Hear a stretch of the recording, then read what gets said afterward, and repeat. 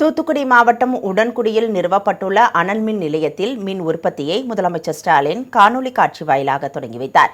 தமிழ்நாடு மின் உற்பத்தி கழகம் சார்பில் தூத்துக்குடி மாவட்டம் உடன்குடியில் 13,077 கோடி ரூபாய் செலவில் 2 அலகுகள் கொண்ட அனல் மின் நிலையம் அமைக்கப்பட்டுள்ளது. பாரத மிகுமின் நிறுவனம் வாயிலாக நிறுவப்பட்டுள்ள 2x660 மெகாவாட் அனல் மின் நிலையத்தின் அலகு ஒன்றில் மின் உற்பத்தியை சென்னை தலைமை செயலகத்திலிருந்து முதலமைச்சர் ஸ்டாலின் காணொலி காட்சி வாயிலாக தொடங்கி வைத்தார்.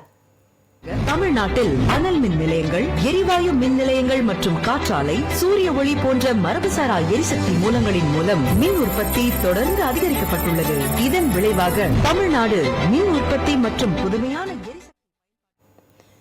மேலும் பேரூராட்சி இயக்குநரகம் சார்பில் 9 முடிவுற்ற பணிகளை தொடங்கி வைத்த முதலமைச்சர் நகராட்சி நிர்வாக அலுவலகங்களுக்கான வாகனங்களை வழங்கினார். சேலம், நாமக்கல், கோவை, திருப்பூர், திருவண்ணாமலை மற்றும் திருவாரூரில் புதிய சாலைகளை காணொலி காட்சி வாயிலாக முதலமைச்சர் ஸ்டாலின் திறந்து வைத்தார்.